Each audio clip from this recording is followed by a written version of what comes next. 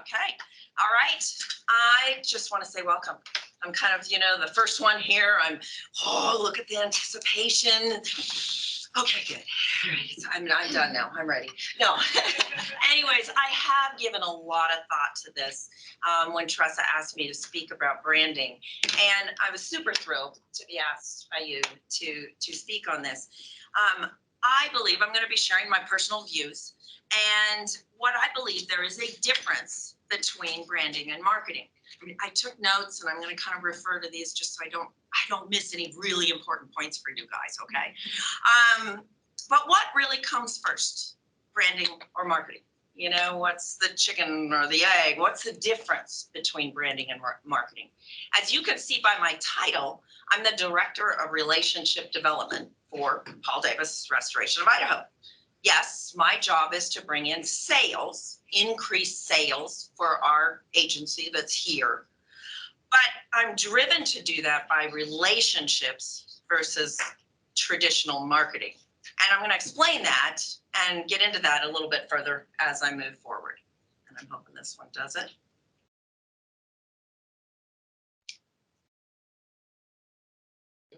All right. Okay, first of all, branding. What is branding? Everybody talks about branding, but what actually is it? As you can see by the definition of branding, branding is the promotion of your company by means of being distinct. Okay, we all know the success of Nike. They don't have to say a word. They don't have to show a product, but everybody knows who they are by their logo, by their brand that everybody knows who they are. Okay, I believe in branding my company by the combination of my behavior and strategic placement of my brand. I believe who we are 24/7, and that if you brand correctly and consistently and you believe in your company, I think you can achieve successful branding at all times, not just during the work hours, not just the 8 hours that you technically are at work. I represent our company as boots on the ground at community events throughout the valley. I'm given the opportunity, and think about that, I'm given the opportunity by my company to give back to the community while working. I value that in a company. I'm given that opportunity. I'm not always sales-centric. A lot of the times I'm not sales-centric with my activities, and that all of my work isn't sales-driven or directly leads-driven. I'm going to get into that more too as I continue. In these pictures right here, we're hosting a community educational event for youth.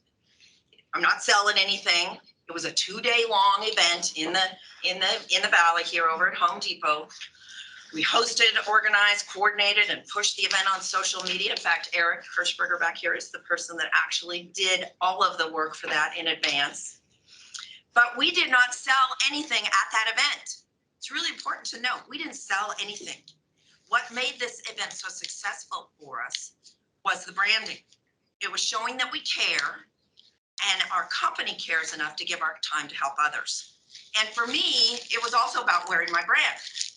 I want people to connect me to my brand so that when they need my service, they think about me, okay? This is promoting my brand without any direct ask or direct sale. We didn't sign anybody up. We didn't collect any names. We didn't hold a raffle. We had a table there just in order to put our supplies, but we didn't sell anything there. We built relationships with the vendors, with our educational partners, with the kids and the families. They knew who we are. I hope they remember us. And so we pushed our brand by giving back. With my involvement, I'm building those relationships that are going to pay off later on.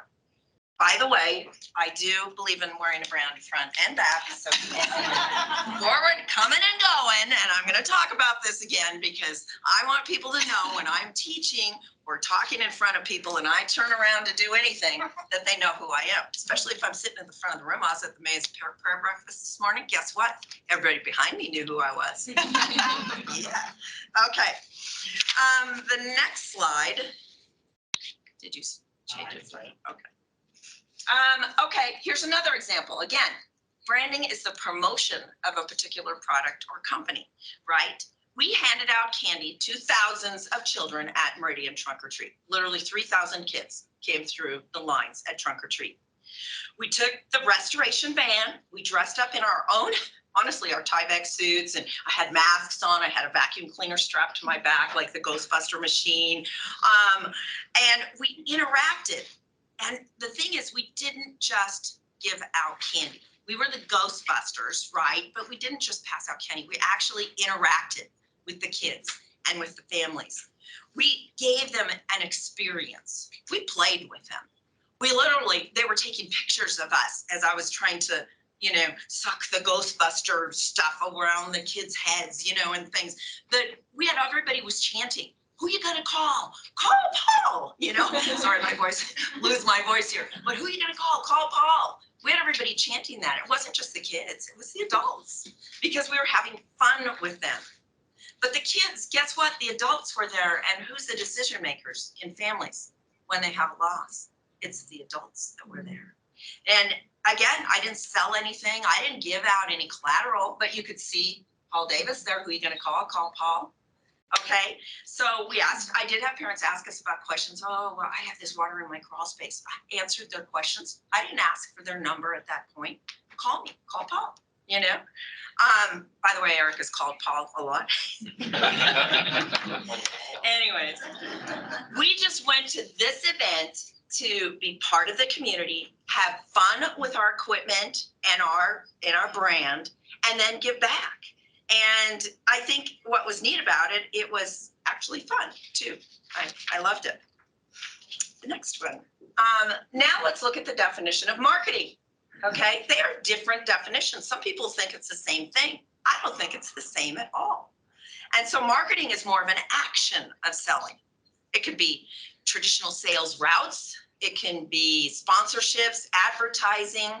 It's the active pursuit of asking for direct sales.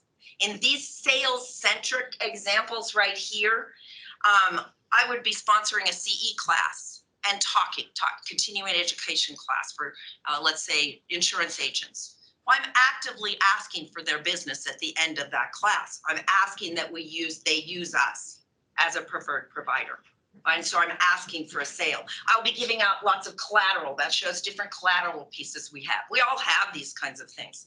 And in fact, we all need to be doing these kinds of things for our business, no matter what your business is. It's part of your marketing plan. It's part of a successful sales plan, but it's a combination of the two.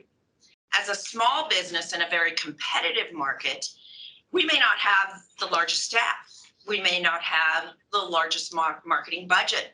So how do we actually gain market share when we don't have those dollars in this marketing plan of ours? The cost of TV, radio ad, traditional marketing can be very expensive. So I think that we can, and a lot of those also require a lot of repetition and continuous repetition, so that brand keeps getting put out. And again, you might be asking for that. But I think that's where behavioral branding can come into play. And this, I'm going to have you think about it in a different way. Next slide. And that is in social capital. Oh, look at that. Was I supposed to be the one? So somebody's a winner here. So, and I love this concept. I heard this concept and I was so jazzed up. I went to a women's event and there was a gal that got her PhD in social capital. I thought it was so fascinating.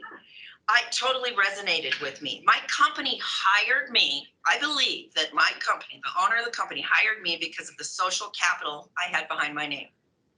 That's the capital I built in this community by giving of myself, and my company giving back with the numerous activities that I've done over the years. This capital brings in dollars, but not in that traditional sales method. Social capital is really a concept in social science that involves the potential of individuals to secure benefits and to invent solutions to problems through membership in social networks. So think about that. Securing benefits, what does that do? That brings in dollars. Okay. Inventing solutions to problems, what does that do? That brings in dollars. I love that term, social capital, and it's all through networks. That's the difference to me between successful branding and just a marketing plan. It shows the power of networking to build your brand. Everybody knows that famous quote, and I want you to raise your hand if you don't know this quote. Okay, it's by Theodore Roosevelt. Nobody cares how much you know until they know how much you care. Has anybody not heard that? See, everybody's heard that. But think about it with the effect of social capital. You can go out. I think it's only successful when you're sincere and you are compassionate about that. I'm seeing Marlene nod her head. Yes, indeed. You've got to be sincere, very sincere with this. Just being present doesn't count. You can go to all the meetings and all the networking events that you want. Just being present really doesn't make a difference. I think it's being prepared, present, and personal is what makes a difference. And Eric knows what I'm talking about on that one. Okay, so let's go to this next slide. And this is, I'm going to summarize it by going back to branding versus marketing. Again, branding is more of the promotion, marketing is the action. So in the first picture, we participated in a national Paul Davis trash pickup day. This wasn't a community event, it wasn't distributed, it wasn't like Break Up Boise where we give teams. We just decided to do this. So we made Paul Davis buckets out of, buckets you buy at Home Depot. We dressed up in our Paul Davis shirts. We took the kids and the family and the significant others, and we picked up 7,800 pieces of trash in downtown Boise. We didn't sell anything. We didn't pass anything out to anybody. People were asking us what we were doing. But because we had our brand on, you think they'll remember us again. I'm hoping they do, okay? In the second picture is a standard trade show booth. There we are, standing there, lots of swag, lots of traditional collateral, maybe a raffle prize that we're doing. All of that is good. We do it all the time. How many times am I at IBL events? All the time. We participate because we know it brings business in the door. Direct sales, direct asks. We can pass out things. We can give out coupons. We can do discounts. We can do all kinds of things there that we can't do at a community event. So both of these are required in a good sales plan. Think of it this way. I might not have a big budget, but I got a really big heart, okay? And I want to give that heart back into the community. I wear my brand with pride because my company has invested in me as my time to promoting my brand. We care. And the majority of the work that I do doesn't bring in the direct sales, but it does keep me top of mind, which helps develop those long-term relationships over time. It's funny, I've had so many people that have said, I've been with Paul Davis since August, like, man, you guys have grown so much. I see your trucks everywhere. In all honesty, we're hoping to add a whole bunch of trucks, but we haven't added a single truck yet. What I really think they're seeing is they aren't seeing us more, they're seeing us now, because we are out branding the company, both Eric and I, a ton of work in the community. And so that's the benefit of social capital and networking. And last slide, let me see, and then I'll do a couple things. 10 serving basics. Okay, we live by these. These are our serving basics. Remember I brought up be prepared, present, and personal? That's not just, eye candy. It's not just shelf art. It is something we live by, okay? If you look at the top 3 that we have up there, this is held from leadership down, and meaning that we reward our own team. We talk about these every single week. We reward and recognize those that display our serving basics. Could be a prize, could be a word of thanks, it could be recognition throughout our own network. But we actually do that. Ensure your words and actions align with our brand promise. Display your brand with pride. Okay, coming and going. Yeah. Create brand loyalty with everything that you do. I think this is really why Tressa really wanted me to speak today is that we didn't just make this up. This is something we live by. We preach this daily. We live our brand. We do it consistently with the hope that our brand is displayed by all of us equally. We interact with our clients in a lot of different places. A lot of us interact with our clients at different places when we do help them. We could have technicians, we could have the reconstruction, we could have Eric and I. So we're dealing with a lot of them. What we hope is this brand is displayed through each person with their entire experience with us.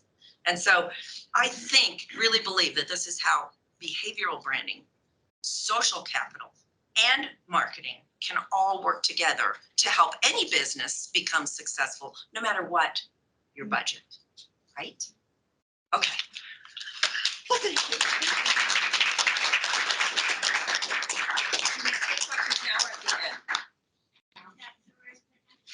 Oh, just because she said social capital again, I thought we were supposed to raise our hand. Oh, you said it again? Oh, there you go. I did say it several times, so, okay, good. We're gonna give it to you. I think you're the big winner. Twice. Anyways, thank you all so much. So I'll be here afterwards for questions.